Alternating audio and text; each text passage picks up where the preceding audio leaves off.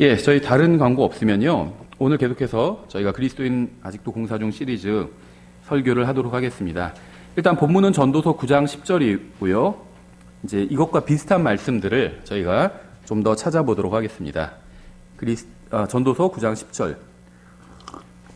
오늘 사실 대표 기도에도요, 설교 관련된 내용이 몇 개가 나왔어요. 예, 그래서 오늘 저희 주제는 열심입니다. 열심에 대해서 좀 찾아보려고 합니다. 이 열심이라는 건요, 성경적인 그리스도인의 굉장히 중요한 성품 중에 하나입니다. 그러니까 우리가 가져야 될 성품 중에 하나가 바로 이 열심이라고 볼 수가 있습니다. 열심은 게으름과는 정반대의 개념이죠. 이 소돔과 고모라 할 때 그 소돔의 죄라고 하면 우리가 보통 동성연애를 생각하는데요. 사실은 더 근본적인 건 게으름이었죠. 저는 이 동성연애가요, 그냥 성경을 믿는 한 사람의 성경 교사의 의견이라고 보시면 돼요. 저는 동성연애가 이 게으름에서 나왔다고 생각합니다. 바쁘면 동성연애 같은 거 생각할 시간조차도 없어요. 근데 이제 먹을 거는 넘쳐나고 돈도 넘쳐나고 시간도 넘쳐나는데 할 게 없으니까 별걸 다 해보다가 동성연애가 나왔다. 저는 그렇게 믿어요.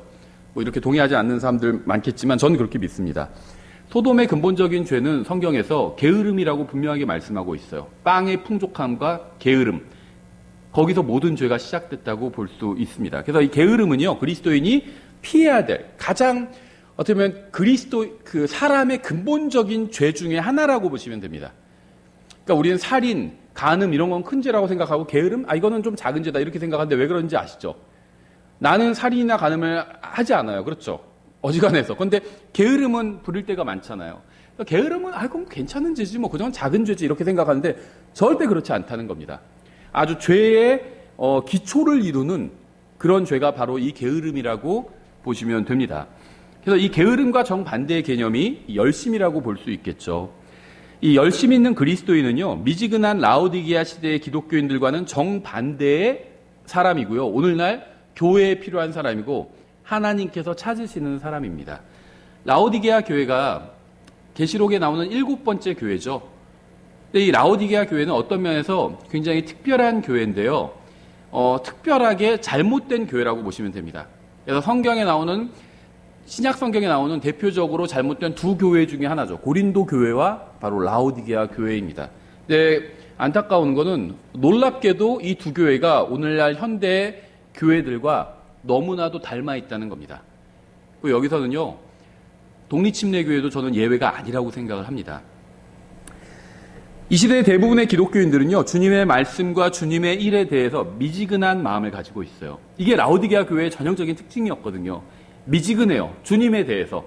다른 일에 대해서는 뜨겁습니다. 자기 막 취미 활동이랑 뭐 스포츠랑 이런 거에서는 뜨거운데 주님의 일에 대해서는 조금 미지근해져요.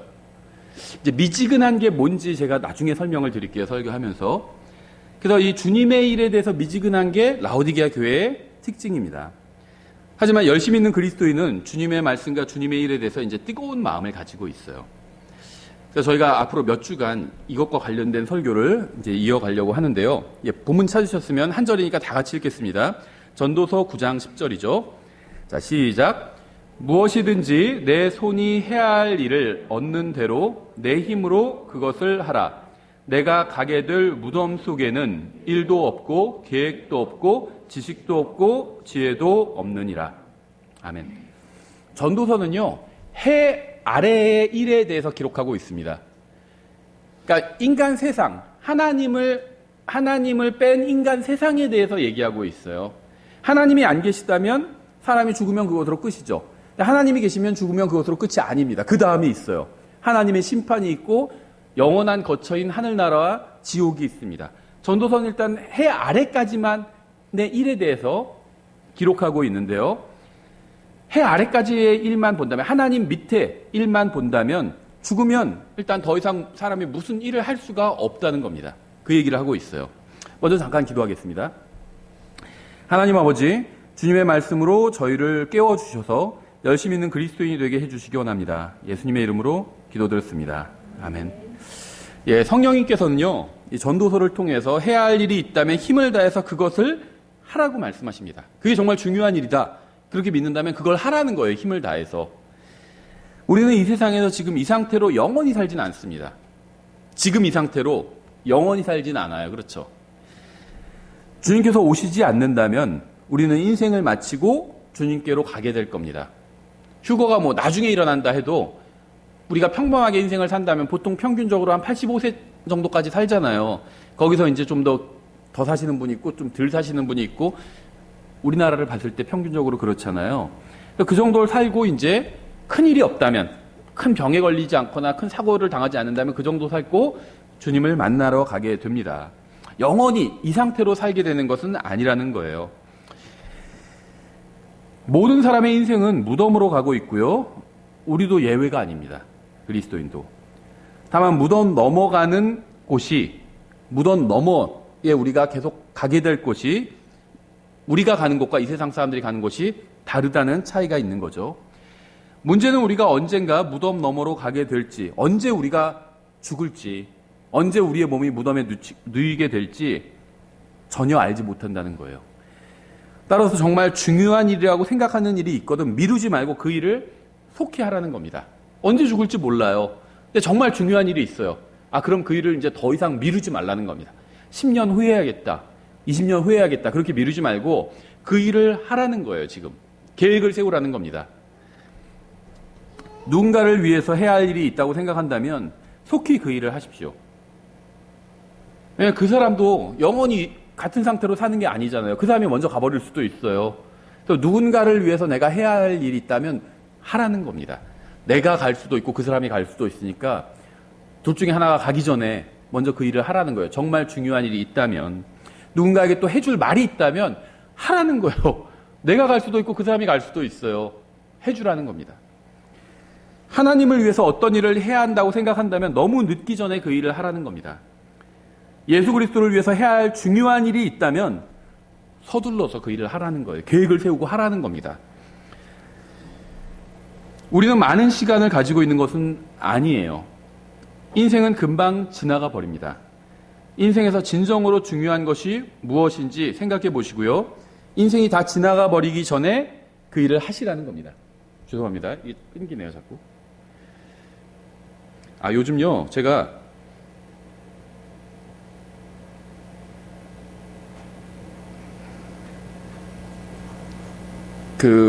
교회 공사하는 거랑 설교 준비하고 성경 공부 준비하는 거 외에는요, 다른 걸 다 올 스톱하고 있습니다.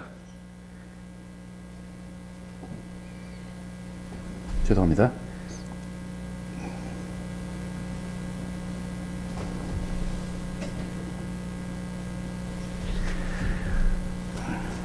죄송합니다. 아주 중요한 얘기를 했는데 여기 이걸로 듣는 분들은 못 들었죠? 계속 이어서 인생이 금방 지나가 버려요. 예수님을 따르기 원하고 그분을 닮아가기를 원한다면 그분의 성품이 어떠한지 알아야 되죠. 그래야지 우리가 닮아갈 수 있잖아요. 성령님께서는요, 우리 안에서 우리가 예수님처럼 되게 하기 위해서 일하고 계십니다. 성령님은 우리의 성품이 예수님의 성품처럼 변하도록 우리 안에서 일하고 계세요. 모든 삶은 하나님께서 주신 재능을 가지고 태어납니다. 죄송합니다. 한 번만 더 하고요. 이거 멈추면은 그냥 하겠습니다. 모든 삶은 하나님께서 주신 재능을 가지고 태어나요. 하지만 너무나도 당연하게도 열심을 내지 않아서 그 재능을 썩히는 경우가 굉장히 많습니다. 굉장히 좋은 두뇌를 가지고 태어났지만 게으름으로 인해서 좋은 성과를 내지 못하는 경우도 허다합니다. 하나님께서는요, 구원받은 모든 사람에게 은사를 주세요. 구원받은 모든 사람은 은사를 가지고 있습니다. 구원받은 모든 사람은 하나님께 받은 은사와 주님을 섬길 수 있는 기회를 받았어요. 하지만 안타깝게도요, 게으름으로 인해서 은사와 기회를 모두 날려버린 사람들이 너무나도 많다는 겁니다. 그러니까 구원받은 모든 사람은요, 하나님께로부터 은사를 받았습니다. 그리고 기회도 받았어요. 그 은사를 사용해서 하나님을 섬길 수 있는. 근데 게으름으로 인해서 이 두 가지를 다 날려버리는 경우가 비일비재하다는 겁니다. 타고난 재능이나 받은 은사가 있고 그것을 사용할 기회도 있다는 것은 정말 놀라운 일이에요. 하지만 아무리 뛰어난 재능이 있고 아무리 대단한 은사를 받았을지라도 그것을 적용하지 않는다면, 실제로 사용하지 않는다면 아무 소용이 없고 누구에게도 유익을 주지 못할 겁니다. 제가 달리기를 예를 들면 100m를 7초에 뛸 수 있어요. 그런데 시합에 나가지 않는다면, 내 재능을 쓰지 않는다면 소용이 없죠. 7초에 뛰면 뭐예요? 5초에 뛰면 뭐예요? 그걸 쓰지 않는다면, 그 재능을 사용하지 않는다면 그 재능이 의미가 없다는 거죠. 구원받은 사람이 헌신하지 않는다면 결국 그가 받은 은사는 아무 의미가 없어집니다. 헌신하지 않은 사람에게 주신 은사와 기회는 결국 낭비일 뿐이에요. 시편 69편 9절 이렇게 되어 있습니다. 주의 집에 대한 열심이 나를 삼켰고 주를 모욕하는 자들의 모욕이 나를 덮쳤나이다. 주님의 집에 대한 열심이 나를 삼켰다. 이렇게 말씀하고 있어요. 열심이 나를 삼켰다. 열심이란 거에 내가 삼켜졌다. 이렇게 말씀하고 있어요. 이 말씀은 예수님의 고난에 관한 말씀이죠. 기본적으로. 예수님께서는 기적을 행하시는 능력을 가지고 세상에 오셨습니다. 그렇죠. 하지만 그 능력을 사용하지 않으셨다면 어떻게 되었을까요? 기적을 행하지 않으셔도 예수님은 여전히 하나님이에요. 근데 기적을 행하시는 능력을 가지고 있었지만 사용하지 않으셨다면 어땠을까요? 예수님은 말씀을 권능 있게 가르칠 수 있는 능력을 가지고 계셨어요. 하지만 그 능력을 사용하지 않으셨다면 어떻게 되었을까요? 감사하게도요, 예수님은 자신의 능력과 그 능력을 사용할 수 있는 기회를 모두 지혜롭게 사용하셨고요. 그로 인해서 우리를 포함한 많은 사람들이 구원받고 진리를 알게 되었습니다. 하지만 주님께서 자신의 능력을 열심히 사용하셨을 때 모든 사람이 그것을 받아들이지는 않았어요. 주님을 거부하고 오히려 주님을 모욕하는 자들도 있었습니다. 만일 주님께서 아무것도 하지 않으셨다면 모욕을 당하지 않으셨을 거예요. 하지만 주님은 아버지의 집에 대한 열심으로 일하셨고요. 그로 인한 비방과 모욕을 또 개의치 않으셨습니다. 예수님은 세상을 구원할 사명과 권능과 기회를 가지고 이 세상에 오셨고요. 그것을 침대 밑에 두거나 통 속에 넣어두거나 창고에 쟁여놓지 않으셨어요. 만일 예수님께서 대부분의 기독교인들처럼 열심을 내서 아버지 하나님의 일을 하지 않으셨다면 어땠을까요? 그분은 아마 한 사람의 그냥 몫으로 살다 가셨을 거예요. 엄청난 능력과 말씀의 권능을 가진 한 사람의 몫으로. 그런데 아무도 모르는 그런 몫으로 살다 가셨겠죠. 하지만 예수님께서는요, 한 사람의 유대인으로 살다 가신 것이 아니라 아버지께서 주신 사명을 열심히 완수하셨습니다. 아버지 하나님께서 시키신 일을 하러 이 세상에 오셔서 아버지께서 시키신 일을 다 하셨는데 그냥 다 하신 것이 아니라 열심히 하셨어요. 열심히. 시편 69편 9절 예수님에 대한 예언이잖아요. 열심히 하셨습니다. 그래서 예수님은 창조자 하나님이실 뿐만 아니라 세상의 구원자도 되신 겁니다.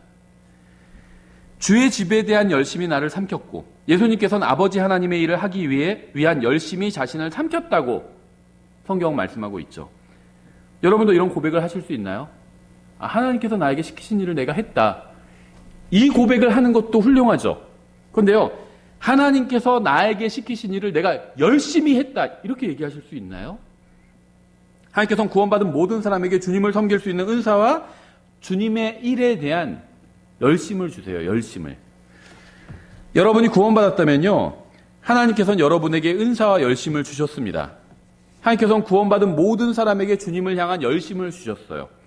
만약 지금 현재 여러분이 그 열심을 가지고 있지 않다면 여러분은 구원받은 이후에 어디에선가 그 열심을 잃어버린 겁니다. 아니면 아예 구원받지 못했다든지. 구원받은 사람은요, 처음에 은사와 열심도 받아요. 기회와 은사와, 기회는 이제 인생 속에서 받게 되고요. 구원받은 사람은 은사를 받게 되고 열심도 받게 돼요. 첫사랑 안에 그게 다 들어가 있습니다. 하나의 패키지로. 그런데 지금 내가 열심히 사라졌다면 어디선가 잃어버린 거예요. 물건을 잃어버리면 어떡하죠? 내가 왔던 길을 되돌아가서 짚어봐야 되잖아요. 여러분 인생 어디선가에 그 열심을 잃어버린 겁니다. 불행한 사실은요, 구원받은 대부분의 사람들이 주님을 섬길 수 있는 기회와 은사를 받았음에도 그러한 사실을 완전히 망각한 채 살아가고 있다는 겁니다. 마치 받지 않은 것처럼. 구원받은 대부분의 사람들은 주님을 향한 열심이 자신을 삼킨다는 것이 무엇을 의미하는지 아예 몰라요. 그리고 해본 적이 없기 때문에. 그러니까 하나님을 위해서 열심히 무엇인가 하나님의 일을 해본 적이 없어요. 대부분의 구원받은 사람들이. 그래서 그게 뭔지도 몰라요. 하나님의 집에 속했지만 하나님의 집에 조금의 관심만 있을 뿐 열심은 전혀 없는 겁니다. 관심은 있어요. 교회 일에도. 누가 뭐라고 하면 들어보고 싶어요. 그런데 열심은 없어요. 그냥 관심만 있는 정도예요. 주식에 대한 열심에 삼켜진 사람도 있어요. 봤어요. 저도 일하시는데 계속 제가 이제 공익근무를 했었거든요. 오래전에. 구청에서 했었는데 거기서 같이 이제 일하시는 공무원이 있었어요. 담당 기사분이 8급 공무원. 단말기를 손에서 놓지를 못해요. 계속 그 단말기 보고 있어요. 정말 매 분 단위로 보고 있더라고요. 그런다고 뭐가 달라질지 모르겠는데 계속 그거 보고 있어요. 주식에 대한 열심이 그분을 삼킨 거죠. 부동산에 대한 열심에 삼켜진 사람도 있어요. 정치에 대한 열심에 삼켜진 사람도 있습니다. 어디서나 막 정치 얘기만 해요. 주님에 대한, 주님의 집에 대한, 주님의 일에 대한, 주님의 말씀과 그 말씀대로 사는 것에 대한 열심에 삼켜진 사람은 너무 적어요. 예수님께서는 주님의 집에 대한 열심에 완전히 삼켜진 분이었습니다. 여러분도 주님의 집에 대한 열심에 삼켜지셨나요? 주님의 집안. 우리가 하나님의 집안에 속한 사람들이잖아요. 하나님의 집안에 속한 일, 거기에 완전히 삼켜지셨나요? 함께 모여서 주님께 경배를 드리는 것이 기다려지시나요? 기도 모임과 성경 공부 모임과 설교와 교제와 간증을 나누는 것이 기다려지시나요? 예수님은 아버지 하나님의 집에 대한 열심에 완전히 삼켜진 분이었어요. 그래서 아버지의 일을 하기 위해 열심을 냈고요. 하나님의 말씀을 전하기 위해서 열심을 내셨습니다. 한번 세워진 교회가 사라지지 않고 계속 존속하는 조건이 무엇인지 아세요? 지역교회는요, 세워졌다가 사라지고 계속 반복돼요. 지속되는 교회도 있지만 없어져 버리는 교회도 많습니다. 아니면 그냥 단순히 그냥 명맥만 유지하는 교회도 많아요. 예를 들면 과거에 100년 전에 전 세계에서 가장 큰 교회가 찰스 스펄던이 목회하던 교회였죠. 지금은 그냥 목숨만 붙어 있어요. 거의 사라져 버린 거나 다름이 없습니다. 근데 이 지역교회가 주님의 일을 하는 기관이죠. 근데 이 교회가 사라져버리지 않는 조건이 무엇인지 아세요? 하나님이 계시기 때문에. 그건 당연한데요. 그런데 하나님이 계신데 왜 어떤 교회는 사라져요? 그러니까 이제 그거 말고 하나님 빼고 얘기를 한다면 우리 교회가 사라져버리지 않고 존속하는 이유가 무엇인지 아세요? 누군가의 열심 때문이에요. 열심. 주님의 집을 향한 열심이 우리 교회에 속한 누군가의 마음을 완전히 삼켜버렸기 때문입니다. 우리 교회 사라져버릴 수도 있어요. 그냥 교회 일에 관심도 안 두고 다 흩어져 버리면요, 그냥 사라져 버릴 수도 있어요. 저는 계속 사역할 수도 있겠죠. 근데 교회에 만약에 성도들이 아무도 안 와요. 아무도 관심도 안 가져요. 그럼 결국 유지가 안 되겠죠. 그럼 저는 여기서 내가 목회를 하는 게 하나님의 뜻이 아닌가 보다 하고 다른 데 가서 다시 개척할 수도 있겠죠. 아니면 저도 그냥 그만둬 버릴 수도 있겠죠. 저희 교회도 사라져 버릴 수도 있어요. 사라지지 않고 남아있잖아요. 그 이유가 뭘까요? 누군가의 열심 때문이에요. 누군가 열심을 내서 주님의 일에, 이 지역교회 일에, 교회 일에 자기를 내어드리기 때문입니다. 우리 교회가 존속하는 이유, 우리 사역이 이어지는 이유는요, 누군가 열심을 내서 하나님의 일을 하기 때문이에요. 우리 교회에 필요한 사람, 주님의 일터에 필요한 사람은 하나님의 집을 향한 열심에 삼켜진 사람입니다. 말씀을 정확하고 바르게 아는 것은 굉장히 중요한 일이에요. 하지만 아무리 말씀을 많이 알아도 열심을 내지 않는다면 아무 일도 일어나진 않습니다. 저는 말씀을 정확하게 아는 것, 바르게 아는 것이 쓸데없는 일이다, 이런 얘기를 하는 게 아닙니다. 저는 목사로서요, 제가 해야 될 기본적인 저의 임무는요, 말씀을 정확히 가르치는 일이에요. 그래서 말씀을 정확히 가르치고 또 말씀을 정확히 아는 것, 배우는 것, 이건 굉장히 중요합니다. 근데 아무리 말씀을 정확히 알고 있어도 열심을 내서 일을 하지 않는다면 아무 일도 일어나지 않는다는 겁니다. 예수님은 아들 하나님이시죠. 하나님의 말씀을 정확히 알고 계셨어요. 근데 오셔서 아무 일도 하지 않으셨다면 그럼 아무 일도 일어나지 않았겠죠. 아무리 진리 그 자체이신 진리를 알고 계신 분이라 할지라도 아무 일도 하지 않았다면 아무 일도 일어나지 않았을 거예요. 그런데 예수님은요, 열심히 일하셨습니다. 하나님을 위해서, 아버지 하나님을 위해서. 그래서 엄청난 일이 일어나게 된 거예요. 세상을 들었다 놨다 하는 엄청난 일이 일어났잖아요. 말씀을 바르게 아는 사람이 열심을 내고 자신을 주님께 내어드려 헌신해야 혼들이 구원받고 말씀이 선포되고 주님께서 영광을 받으실 수가 있어요. 인터넷으로 예배를 드리는 사람들이 있습니다. 특히 요즘 많죠. 아마 전체 한 기독교인 중에 한 절반 이상이 그러고 있을 거예요. 저는 그런 분들을 정죄하고 싶지 않습니다. 사정이 있으니까 그럴 수밖에 없겠죠. 그럴 만한 사정이 있을 거예요. 전 정죄하지 않아요. 저는 다 아는 게 아니기 때문에 사정을. 지금은 분명히 어려운 시기입니다. 그렇죠? 교회만 어려운 게 아니라 다 어려워요. 대부분 아주 극소수의 사람 빼고는 나머지는 다 어렵습니다, 지금. 하지만 주님의 집을 향한 열심이 있다면 인터넷을 통해서 드리는 경배로는 아마 성에 차지는 않을 거예요. 어려운 시기인 건 맞지만, 그리고 사정이 있어서 인터넷으로만 예배에 참여할 수 있는 방법뿐이 없을 수밖에 없어요, 분명히. 그런 사람들이 있어요. 하지만 주님의 집을 향한 열심이 있다면 성이 차지 않을 겁니다, 분명히. 그렇죠? 생각해 보세요. 사랑하는 사람이 있다면 무슨 수를 써서라도 만나려고 하는 것처럼 주님을 향한 열심이 있다면 가만히 있지만은 않을 거예요. 주님께 경배드리는 자리에 와서 함께 경배드리려고 할 겁니다. 주님을 섬기는 자리에 와서 함께 섬기려고 할 거예요. 주님의 말씀이 선포되는 자리에 와서 힘을 보태려고 할 겁니다. 교회가 존속하는 이유는요, 회원 때문이 아니에요. 회원이 많아서가 아니에요. 열심 있는 사람들 때문입니다. 회원이 적어도 열심 있는 사람들이 있으면요, 교회가 존속해 나가요.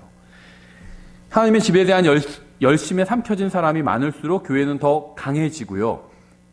그 빛이 선명해집니다.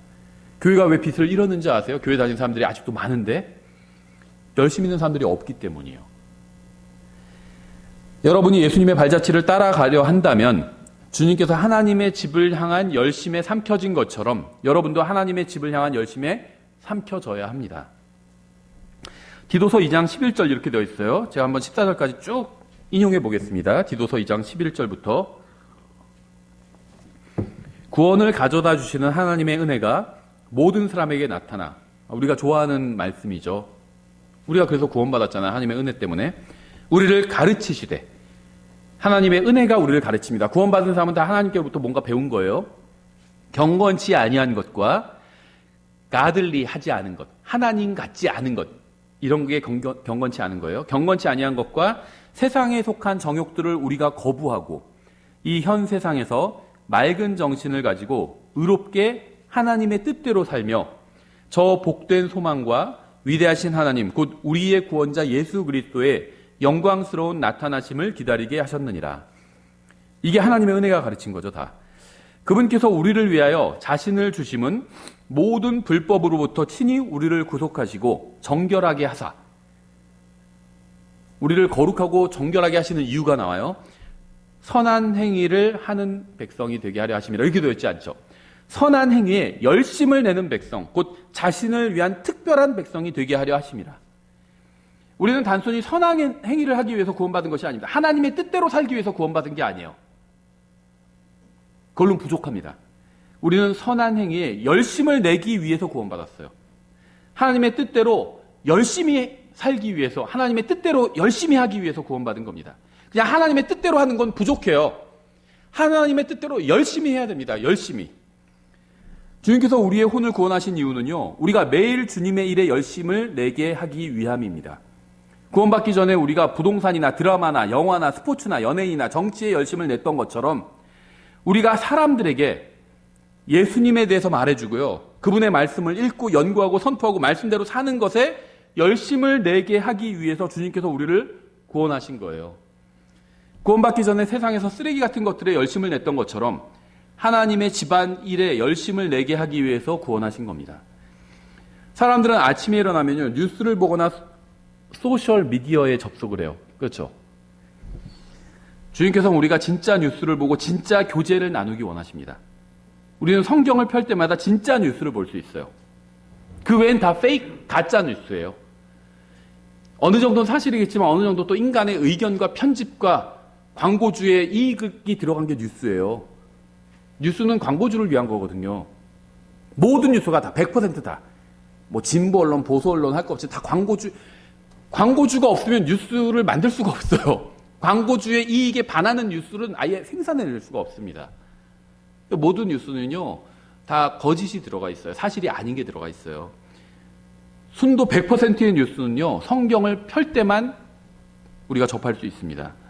성경을 읽을 때 우리가 진짜 뉴스를 읽는 거예요. 성경을 읽는 사람이야말로 가장 정확한 뉴스를 보는 겁니다. 사람들에게 예수님에 대해서 알려주는 사람이야말로 가장 훌륭한 소셜 액티비티, 소셜 활동을 하고 있는 거예요. 하나님께서 우리가 주님의 말씀과 주님의 일과 주님의 집안에 열심을 내게 하기 위해서 우리를 구원하셨습니다. 구원받은 사람은 매주 1시간씩 주님께 내어드려야 돼요. 난 이미 1시간 내어드리고 있는데 그러면요 그 사람은 이제 2시간씩 주님께 내어드려야 됩니다. 나는 2시간씩 내어드리고 있는데 그 사람은요 4시간씩 내어드려야 돼요. 주님께. 남는 시간의 일부를 주님께 내어드리는 사람은요 남는 시간의 대부분을 주님께 내어드려야 됩니다. 나는 남는 시간의 대부분을 이미 내어드리고 있는데 그 사람은요 남는 시간의 전부를 주님께 내어드려야 돼요. 하나님의 교회는요 이런 사람들이 필요합니다. 하나님께서는 그런 사람을 찾으세요. 주님께서는 이런 사람들을 찾고 계십니다. 우리에게는요 주님을 향한 열심에 삼켜진 사람이 필요해요. 목회자뿐 아니라요 구원받은 모든 사람이 전임 사역자가 되어야 됩니다. 출근하기 전에 1시간을 주님께 드려야 돼요. 퇴근한 후에 2시간을 주님께 드려야 됩니다. 토요일과 일요일 전부를 주님께 드려야 돼요. 전부를.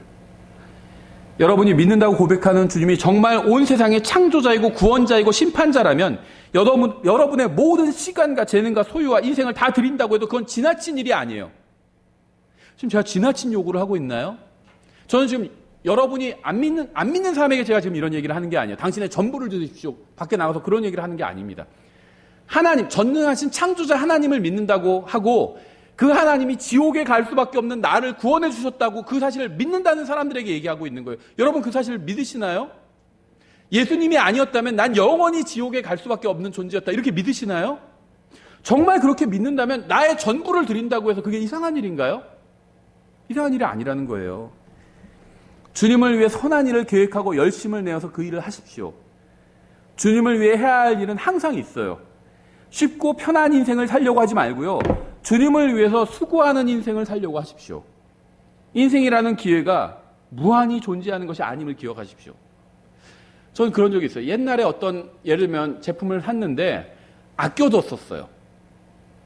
그리고 어디에 책상 서랍에 깊은 곳에 넣어놨습니다.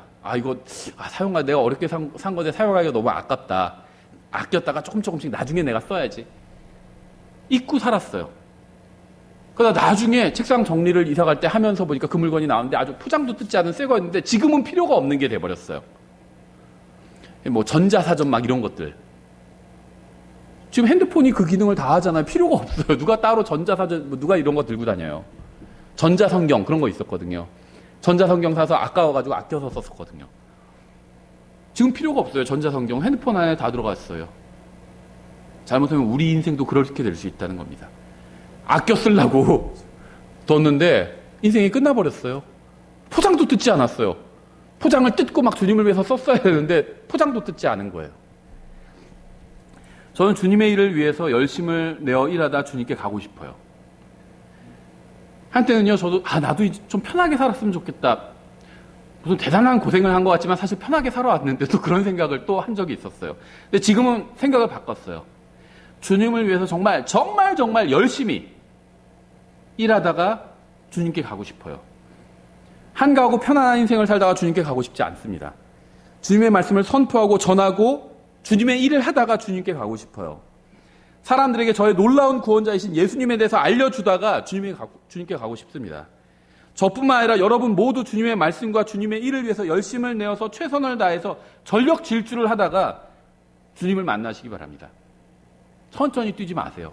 전력 질주를 하다가 주님을 만나서. 그래도 짧은 인생이거든요. 어떤 분은 인생은 마라톤이다 이렇게 얘기하죠. 일부 동의합니다. 그런데 살다 보니까요. 마라톤이 아닌 것 같아요. 100m 경주예요. 너무 금방 지나가 버려요. 벌써 저 반 이상을 써버렸어요. 인생에. 전력 질주를 해야 되겠더라고요. 전력 질주. 골로새서 4장 12절 이렇게 되어 있습니다. 너에게 속한 사람으로 그리스도의 종인 에바브라가 너희에게 문안하느니라. 그가 너희를 위해 항상 기도로 뜨겁게 수고하나니. 뜨거움에 대해서도 저희가 설교할 거예요. 이것은 너희가 하나님의 모든 뜻 안에서 완전하고 완벽하게 서게 하려 함이라. 내가 그에 대해 곧 그가 너희와 라오디게아에 있는 자들과 히에라폴리스에 있는 자들을 위해 큰 열심을 가진 것을 증언하노라. 에바브라는요, 주님을 위해서, 주님의 백성들을 위해서 열심을 가진 사람이었는데 큰 열심을 가진 사람이었습니다.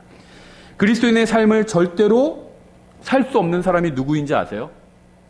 그리스도인답게 절대 살 수 없는 사람. 구원받는 것과 그리스도인 되는 건 다르죠. 예수님의 사도행전에서는 예수님의 제자들이 그리스도인이라고 불렸어요. 근데 예수님의 제자가 되기 위해서는요, 날마다 자기를 부인하고 십자가를 지고 주님을 따라야 됩니다. 구원받는 건 쉬워요. 예수님을 믿으면 구원받습니다. 근데 예수님의 제자가 되는 건 쉽지 않아요. 십자가를 지고 날마다 자기를 부인하고 예수님을 따라야 예수님의 제자가 될 수 있고, 제자들만이 그리스도인이라고 불렸어요, 성경에선. 누가 그리스도인의 삶을 살 수 있는지 아세요? 누가 그리스도인의 삶을 살지 못하는지 아세요? 목사가 자기를 위해서 무엇인가를 해주기를 바라는 사람은 절대 그리스도인의 삶을 살 수가 없어요. 교회가 자신을 위해서 무엇인가 해주기 바라는 사람은요, 절대 그리스도인의 삶을 살 수 없습니다. 구원은 받을 수 있어요. 근데 예수님의 제자가 될 수는 없다는 겁니다.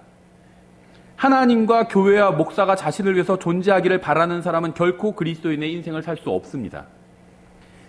목사는요, 하나님을 위해서 존재하는 사람이지 어떤 한 사람의 개인을 위해서 존재하는 사람이 아니에요.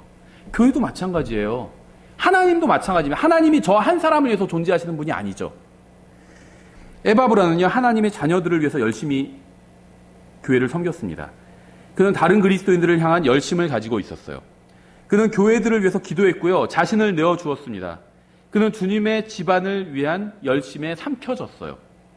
여러분의 모든 것을 사용해서 하나님을 섬기고 교회를 섬기고 다른 사람들을 섬기십시오. 이렇게 섬길 수 있는 날은 계속 줄어들고 있어요. 언제 내 인생이 끝나는지, 언제 주님께서 오시는지 몰라요. 근데 분명한 사실은요, 주님을 섬길 수 있는 날이 계속 줄어들고 있다는 거예요. 그건 사실이잖아요. 그리스도의 심판석에서는요, 섬김을 받지 못한 것을 후회하지 않고요, 섬기지 못한 것을 후회할 겁니다. 제가 100% 확신 있게, 쪽집게, 무슨 문제가 나올지 그리스도의 심판석에서 쪽집게 강의를 할게요. 뭘 후회하게 되냐면요, 내가 왜 세상에 있을 때 더 섬김을 받지 못했지? 이거 후회할 사람은 아무도 없을 거예요. 왜 내가 더 섬기지 못했지? 이걸 다 후회할 겁니다. 교회나 목사나 다른 사람들에게, 다른 형제 자매들에게 무엇인가를 해달라고 요구하지 말고요, 여러분이 다른 사람을 위해서, 교회를 위해서, 주님을 위해서 무엇인가를 하십시오. 에바브라에게는 열심이 있었어요. 그는 교회로부터 무엇인가를 받기 위해서 열심을 내지 않았습니다. 목사나 다른 형제들로부터 무엇인가를 받아내기 위해서 열심을 내지도 않았어요. 그는 다른 사람들을 섬기기 위해서, 교회를 섬기기 위해서, 주님을 섬기기 위해서 열심을 냈습니다. 그는 오늘 자신이 무엇을 해야 다른 사람에게 축복이 될지 생각했어요. 아침에 일어나면 이거 한번 생각해 보세요. 내가 오늘 무엇을 해야 다른 사람에게 복이 될까? 내가 무엇을 해야 다른 사람에게 영원한 복을 줄 수 있을까? 그걸 한번 생각해 보세요. 어떻게 해야 다른 사람의 짐을 줄여줄 수 있을까? 이걸 생각해 보세요. 무엇인가를 바라고 교회에 오는 사람은 결코 만족하지 못할 겁니다. 그런 사람은요, 계속 무엇인가를 바라고 교회를 옮겨 다니지만 결코 만족을 얻지 못할 거예요. 왠지 아세요? 그 사람만을 위한 교회는 없기 때문이에요. 여러분 한 사람, 여러분 개인을 위한 교회는 존재하지 않아요. 교회의 존재 목적이 그게 아니에요. 저를 위한 교회도 없어요. 교회가 저에게 만족을 주기 위해서 존재하는 기관이 아니거든요. 이런 사람은요, 결국 모든 교회는 썩었다는 결론을 내리고, 자기의 만족만을 위해서 교회를 찾는 사람은요, 어떤 결론을 내리는지 아세요? 모든 교회는 다 썩었어, 이렇게 생각합니다. 자기를 만족시키는 교회가 없으니까. 그리고 결국에는요, 집에서 편안하게 누워서 인터넷을 통해서 자기 구미에 맞는 설교만 들으면서 자기처럼 영적인 사람은 없을 거라는 착각에 빠져서 인생을 낭비하게 될 겁니다.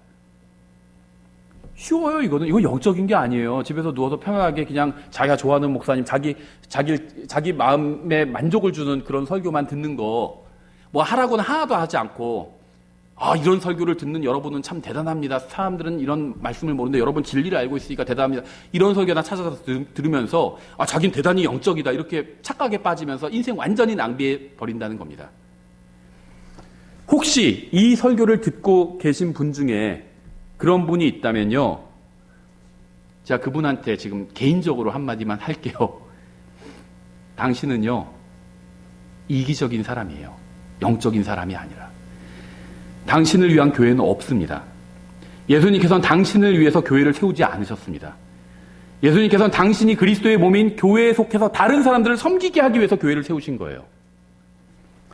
구원받았다고 하는 많은 사람들이요, 하나님의 집이나 하나님의 일이나 하나님의 말씀이나 하나님의 교회나 하나님의 자녀들에 대한 열심을 가지고 있지 않습니다.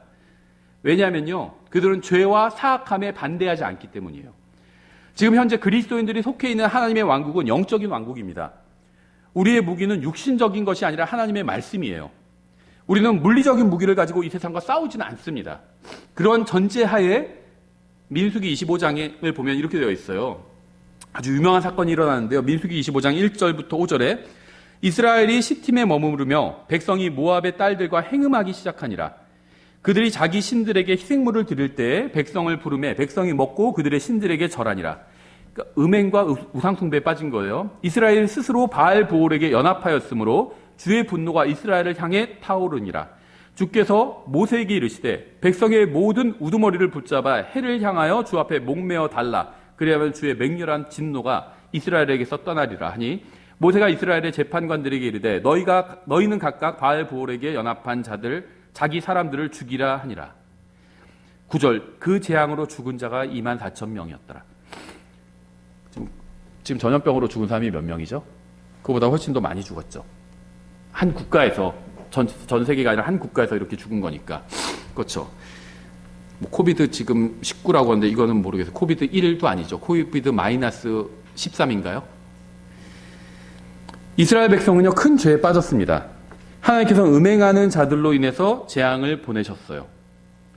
그러니까 지금 왜 전 세계적인 재앙이 있는지 아시겠죠? 음행과 우상숭배 때문에 하나님께서 재앙을 보내신 거예요. 심판으로. 나중에 있을 큰 심판은 아닌데 일종의 맛보기 심판이에요. 대환란이 진짜 큰 심판이고요. 이건 맛보기 심판입니다. 음행과 우상숭배 때문에 보내신 거예요. 지금 전염병이 왜 있을까요? 전 세계죠. 전 세계적인 음행과 우상숭배 때문이에요. 사람들은 재앙으로 고통을 당하면서도요, 자신들의 죄를 회개하지 않았습니다. 그래서 하나님께서 어떻게 하셨죠? 10절에 주께서 모세에게 말씀하여 이르시되 제사장 아론의 손자요 엘르아살의 아들인 비느하스가 그들 가운데서 나를 위해 열심을 내어 내 진노를 돌이켜서 이스라엘 자손에게서 떠나게 함으로써 내가 내 질투 중에 그들을 소멸시키지 아니하게 하였도다. 전 세계적인 국가적인 과거에 재앙이 일어났었습니다. 이스라엘 가운데 많은 사람이 죽었어요. 근데 어떤 한 사람이 주님을 위해서 열심을 내서 그 재앙을 멈추겠다는 겁니다. 지금 전 세계적인 재앙이 일어나고 있죠. 이 재앙을 멈추게 할 수 있는 방법이 있다는 거예요. 지금 왜 전 세계적인 어려움이 있는지 아세요? 음행하며 우상을 숭배하는 사람들 때문이에요. 죄를 짓고도 회개하지 않는 사람들 때문입니다. 구원받지 않은 사람만 얘기하는 게 아니죠. 구원받은 사람들 포함이에요. 독립침례교회 성도도 포함됩니다. 죄를 짓고 회개하지 않는 사람들 때문에 전 세계적인 어려움이 있는 거예요. 재앙이 있는 겁니다. 그럼에도 왜 주님께서 긍휼을 베푸시는지 아세요? 다 없애버리진 않으셨는지 아세요? 누군가 열심을 내서요, 주님의 진노를 돌이키게 하는 사람들이 있기 때문이에요. 누가 어떻게 주님을 위해서 열심을 내는지 아세요? 6절부터 8절에 나와요. 또 보라, 이스라엘 자손의 온 회중의 성막문 앞에서 울 때 재앙 때문에 울고 있는 거죠. 이스라엘 자손 중 한 사람이 모세의 눈앞과 온 회중의 눈앞에서 미디안 여인 하나를 데리고 자기 형제들에게로 오니라. 제사장 아론의 손자요 엘르아살의 아들인 비느하스가 그것을 보고 회중 가운데서 일어나 손에 창을 들고 그 이스라엘 남자를 따라 장막에 들어가서 그 두 사람 곧 그 이스라엘 남자와 그 여인의 배를 꿰뚫으니 이에 재앙이 이스라엘 자손에게서 그치니라. 물론 지금 우리가 음행하고 우상숭배를 하는 사람을 창으로 찔러 죽인다고 해서 전 세계적인 재앙이 그치지는 않을 겁니다. 그렇죠. 우리의 무기는 혈과 육에 대항하는 것이 아니기 때문이에요. 이렇게 해서는 안 돼요. 근데 여기서 우리가 중요한 교훈을 배워야 됩니다. 12절 그러므로 너는 말하라. 보라, 내가 그에게 화평의 내 언약을 주나니 그와 그의 뒤를 이을 그의 씨가 그것 즉 영존하는 제사장 직분의 언약을 얻으리라. 그가 자기 하나님을 위해 열심을 내었고 이스라엘 자손을 위해 속죄하였느니라. 우리나라 목사들의 문제가 뭔지 아세요? 저를 포함한. 하나님을 위해서 열심을 내지 않고 죄를 반대하는 설교를 하지 않는다는 겁니다. 우리나라 기독교인들의 문제가 뭔지 아세요? 독립침례교회 또 우리를 포함한 기독교인들의 문제. 죄를 대항해서 싸우지 않는다는 거예요. 하나님을 위해서, 하나님의 백성을 위해서 열심히 내지 않는다는 게 문제입니다. 우리는 죄에 대항해서 싸워야 합니다. 죄를 싫어하는 정도로는 부족해요. 난 동성연애 싫어. 게으름 싫어. 우상숭배 싫어. 이걸로는 부족하다는 거예요. 술을 마시는 것은 잘못이라고 말하는 것으로는 부족합니다. 집에서 완전히 몰아내야 돼요. 술이 잘못된 거라면 하나님 앞에서 완전히 집에서 몰아내야 됩니다. 죄가 잘못된 것이라면 인생에서 완전히 몰아내야 돼요. 거짓말과 도둑질은 잘못된 것이라고 말하는 것만으로는 부족합니다. 삶에서 완전히 몰아내서 흔적도 없게 해야 돼요. 거짓말이 정말 잘못이라면 내가 사업하면서도 거짓말하지 말아야 돼요. 비느하스는요, 창을 들고 망설이지 않았습니다. 단호했어요. 우리도 하나님의 말씀을 들고, 우리의 무기는 하나님의 말씀의 검이잖아요. 성경을 들고요, 망설이지 말고 그 말씀으로 과감하고 단호하게 죄를 잘라버려야 됩니다. 자기의 죄를. 우리 망설이고 있어요.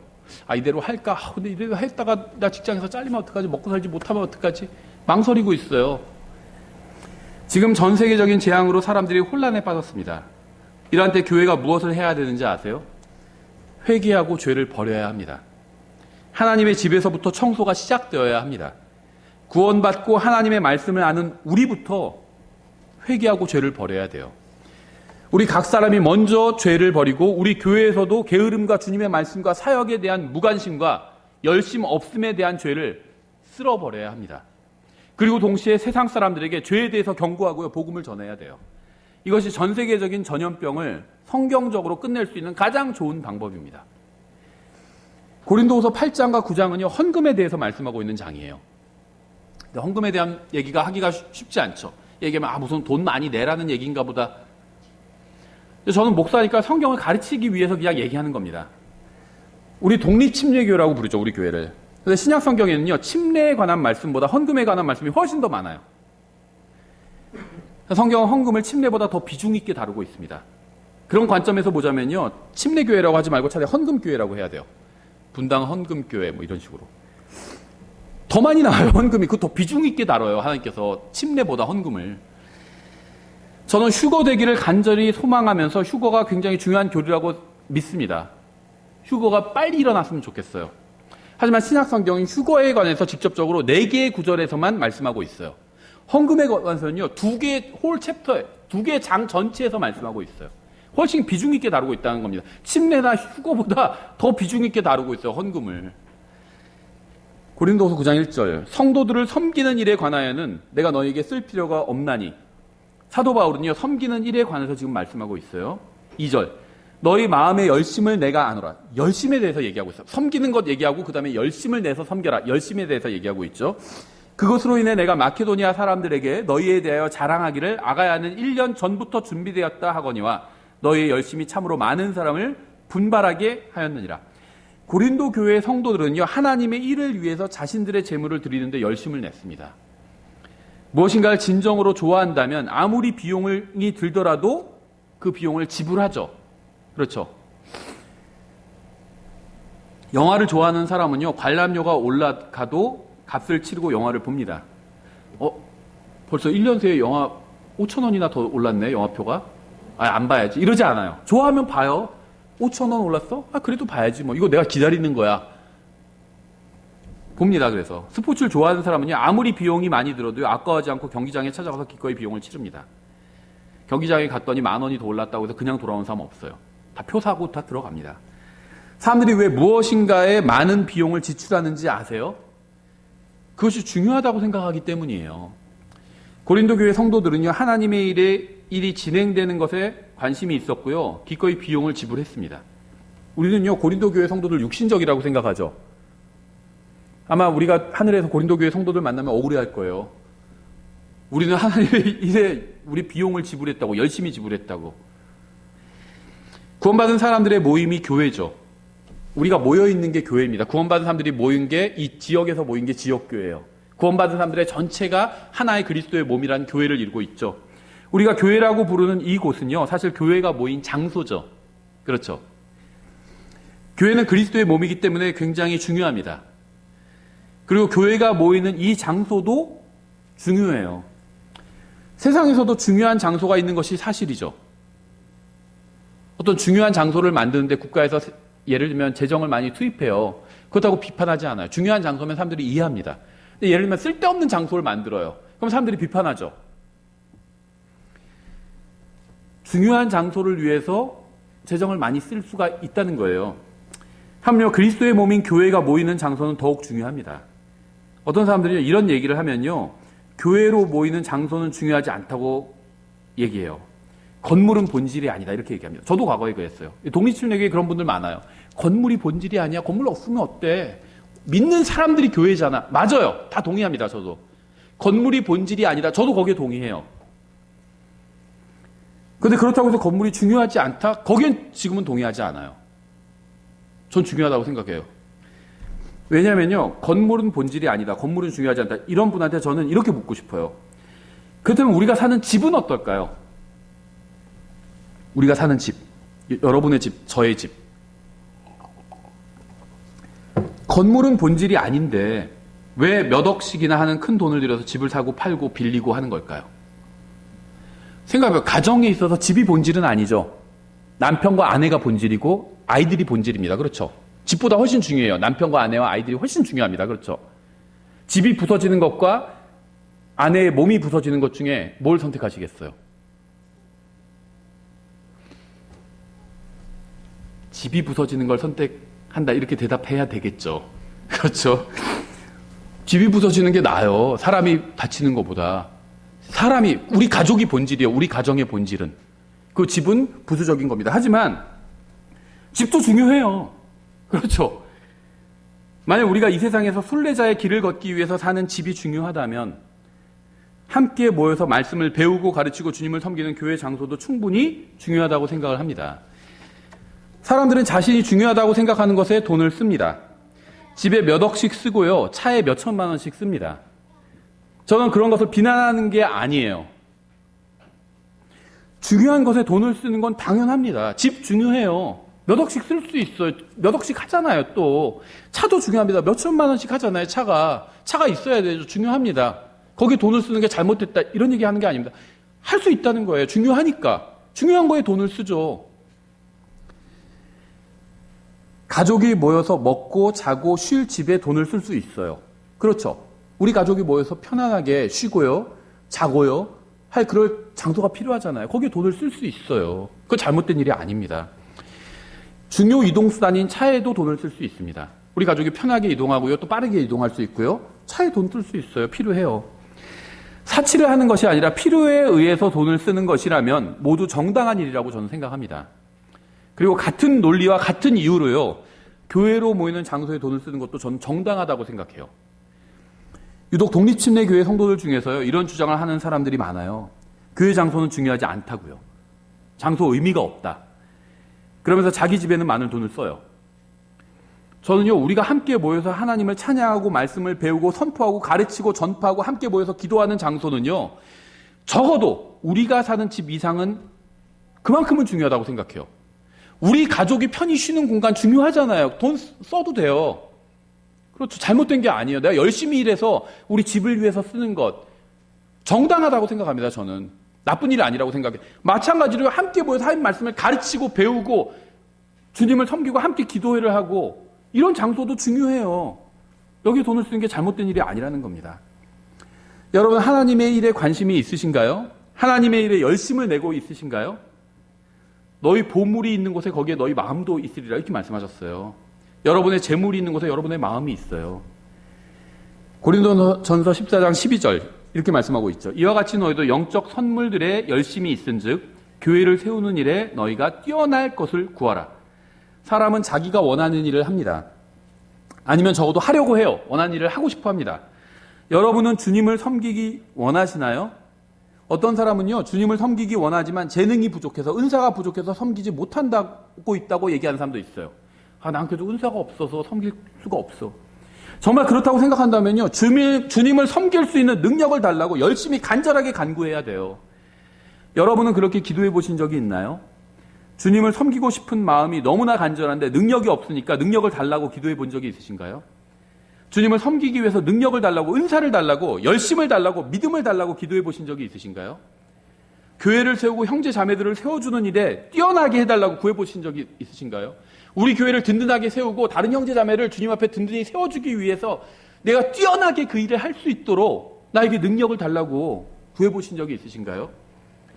저는 많은 사람들에게 복음을 전하고 말씀을 가르치고 싶어요. 보다 많은 사람들에게. 그래서 그럴 수 있는 능력을 달라고 주님께 간구하고 있습니다.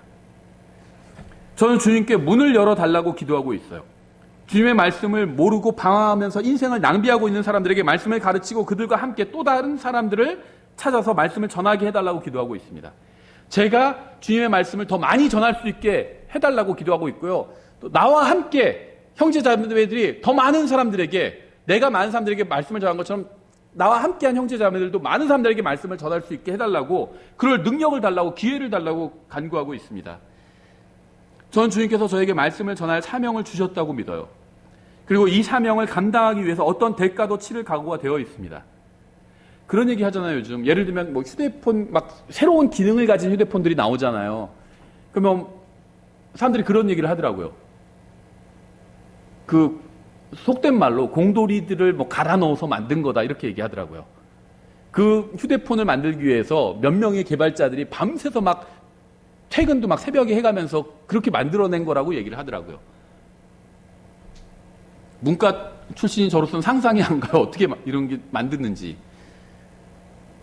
저는요, 주님의 사역에 저를 갈아 넣고 싶어요. 하나님의 말씀을 전하는 일에, 이 하나님의 말씀을 가르치고 전하는 일에, 더 알리는 일에 저를 갈아 넣고 싶어요.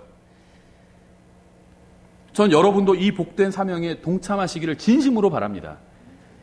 하나님께서는요, 주님의 일에 관심 없는 사람은 결코 사용하지 않으실 거예요. 구원받지 못한다는 게 아니라 구원은 받아요. 쓰지 않으신다는 겁니다. 주님의 일에 관심 없는 사람 쓰지 않으세요.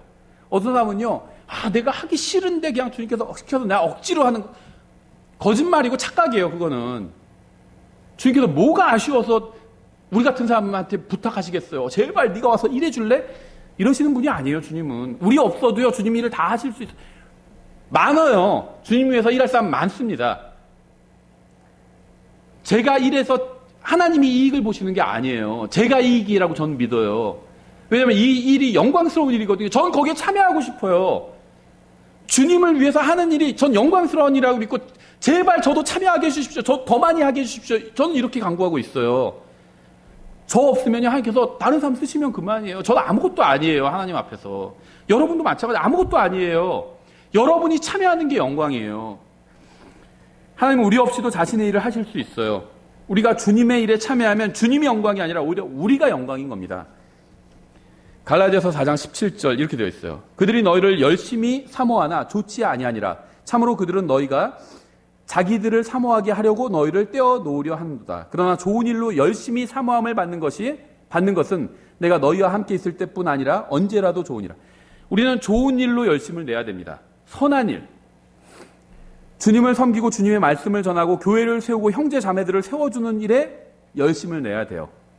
그렇다면 어떻게 해야 될까요? 일주일에 한 번 교회에 와서 좋은 설교를 들으면 그렇게 할 수 있을까요? 좋은 일에 열심을 내는 일을 할 수 있을까요? 일주일에 한 번 와서 아주 좋은 최상의 설교를 듣는다면 그게 가능할까요? 아무리 좋은 설교를 들어도요, 집에 가서 TV를 보거나 세상적인 것으로 자신을 가득 채우면 아무 소용없어요.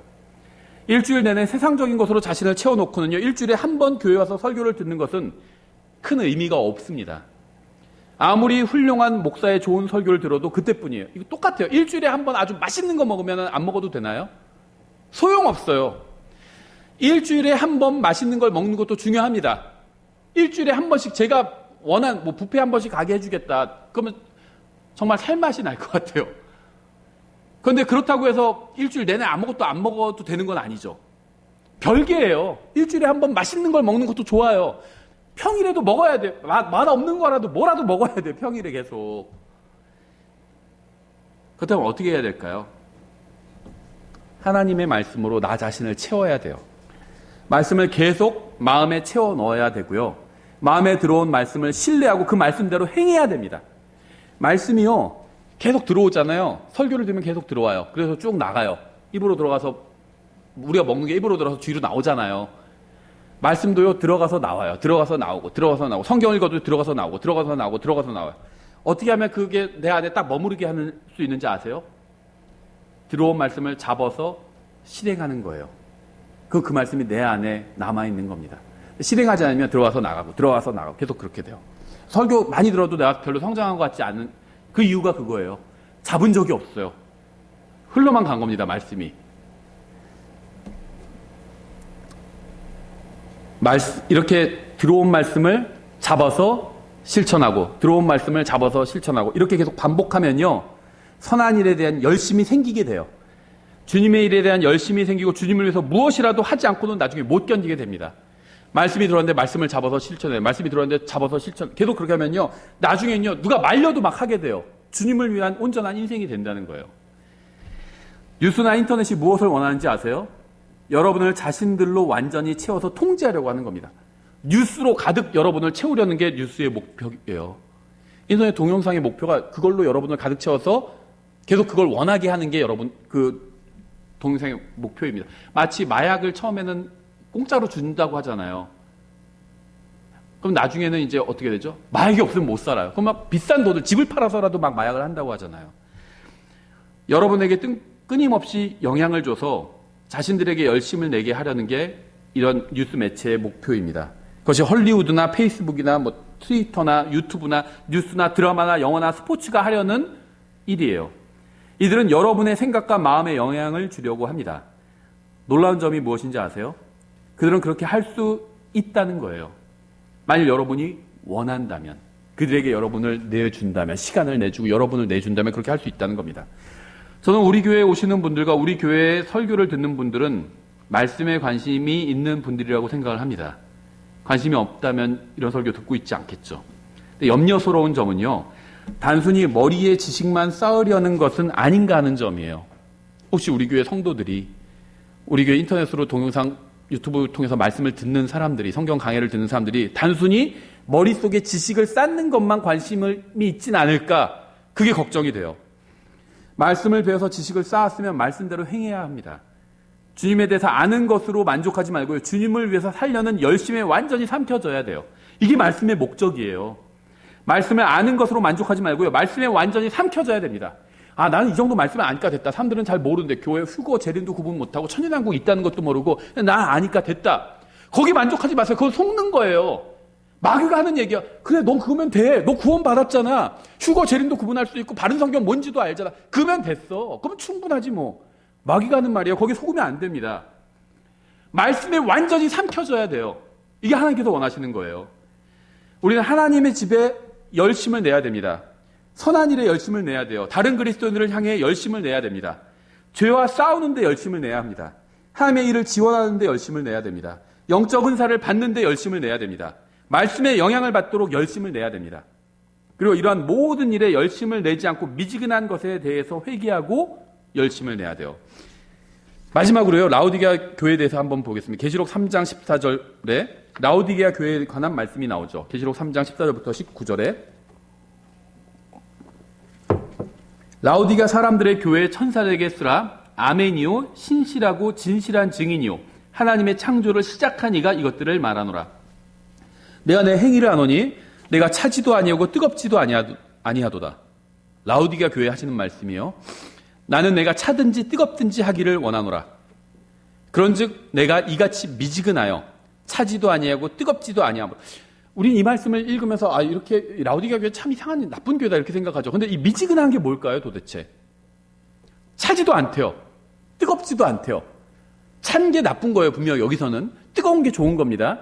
미지근한 건 잘못된 거예요. 근데 이게 과연 뭘까요? 미지근하여 차지도 아니하고 뜨겁지도 아니하므로 내가 내 입에서 너를 토하여 내리니 이는 내가 이르기를 나는 부자라. 내가 재산을 불렸으니 아무것도 부족한 것이 없다. 오늘날 교회가 그렇죠. 가난한 교회도 많지만 부자 교회도 많죠. 영적으로도 적용해 볼 만해요. 난 부족한 게 없어. 난 교리도 다 알아. 바른 성경도 다 알아. 하면서 내 비참한 것과 가련한 것과 가난한 것과 눈먼 것과 벌거벗은 것을 알지 못하기 때문이라. 내가 내게 권고하노니 너는 내게서 불로 정제된 금을 사서 부유한 자가 되고 또 흰옷을 사서 입어 내 벌거벗은 수치를 드러내지 말며 또 내 눈에 안약을 발라 볼지니라. 이건 구원 얘기가 아닙니다. 구원은 거저 받아요. 예수님만 믿으면 받습니다. 예수님의 제자가 되는 것에 관한 이야기예요. 내가 사랑하는 자들을 다 책망하고 징계하노니 그런즉 열심을 내고 회개하라. 저는 하나님의 말씀을 인용해서 말씀을 전했습니다. 그렇죠. 성경 구절을 많이 인용했어요. 그렇죠. 제가 오늘 한 설교에서. 오늘 제가 선포한 말씀에 동의는 하지만 그대로 행할 수는 없다고 생각한다면 그것이 바로 미지근한 거예요. 말씀에 동의는 해요. 맞아. 맞는 말이야. 근데 그렇게 행하기에는 좀 어려워. 행하지 않는 게, 말씀에 동의는 하지만 행하지 않는 게 미지근한 거예요. 뜨거운 반응이 뭔지 아세요? 뜨거운 반응? 열심을 내고 회개하는 겁니다. 우리가 설교를 듣거나 성경 공부를 하거나 성경을 읽을 때 동의하기는 하지만 행하지 않는다면 그것이 바로 주님께서 토하여 내겠다고 하신 미지근한 반응이에요. 맞아. 생각해 보세요. 제가 하나님의 말씀을 전했는데 무슨 얘기를 했어요. 사람들이 그거 잘못된 거야. 싫어. 거부해. 그건 차가운 반응이죠.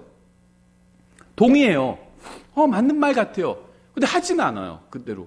그게 미지근한 반응이에요. 뜨거운 것도 아니고 차가운 것도 아니에요. 제가 말했더니 사람들이 막 그대로 해요. 그건 뜨거운 반응이죠. 정말 뜨거운 반응이 뭔지 아세요? 뜨거운 반응. 오, 하나님. 이제는 제 생각대로 살지 않겠습니다. 혼들은 죽어가고 죽어가고 있는데 저 자신만을 위해서 살지 않겠습니다. 영혼을 위해서 살겠습니다. 지옥으로 가는 혼들을 위해서, 말씀을 모르고 방황하는 혼들을 위해서, 주님을 위해서 살겠습니다. 구원받고 바른 말씀을 안다고 하면서도 오직 저 자신만을 위해서 살았던 이기적이고 못난 저를 용서해 주십시오. 이제 완전히 저의 인생은 바뀔 겁니다. 주님의 말씀대로 살 것입니다. 이게 뜨거운 반응이에요. 그렇다면 우리는 지금 우리 상태가 어떤지 각자 알겠죠. 라오디게아 교회 성도들 욕할 게 아니라는 겁니다. 마지막으로 열심을 내고 회개한 것이 언제인지 기억나시나요? 정말 진지하게 주님께서 나의 인생을 변화시켜달라고, 주님께서 기뻐하시는 인생이 되게 해달라고 기도한 것이 언제인지 기억나시나요? 라오디게아 교회의 사람들은요, 자신들이 원하는 모든 것을 가지고 있었습니다. 그들도 변개되지 않은 바른 말씀을 가지고 있었어요. 이 사람들은 무슨 변개된 성경, 이상한 거 갖고 있던 사람들이 아니에요. 바른 말씀을 가지고 있었어요. 하지만 가장 중요한 것은 없었습니다. 바로 주님을 향한 열심이었어요. 우리도 많은 것을 가지고 있어요. 집도 있죠. 남의 집에 빌려 살지만 은행집이지만 집도 있어요. 그래도 우리가 살고 있잖아요. 바른 교회도 있어요. 바른 성경도 있습니다. 제가 원하는 것은 여러분이 주님을 섬기는 것이 아니에요. 주님을 열심히 섬기는 겁니다. 열심히 섬기는 것. 라오디게아 교회 사람들처럼 하지 마세요. 그래, 동의해. 설교 맞는 말이야. 그리고 그대로 살지 않으면. 그럼 그게 미지근한 거예요. 이렇게 하지 말라는 겁니다. 후회할 거예요. 정말 후회할 거예요. 그들처럼 우리 자신을 속이지 맙시다. 진심을 다해서, 우리의 모든 것을 다해서 열심히 주님을 섬깁시다. 영원히 후회하지 않을 거예요. 기도하겠습니다. 하나님 아버지, 저희가 영원한 생명과 성령님과 주님의 말씀을 받고도 열심히 없었음을 고백합니다. 주님께서 저희를 용서해 주시기 원합니다.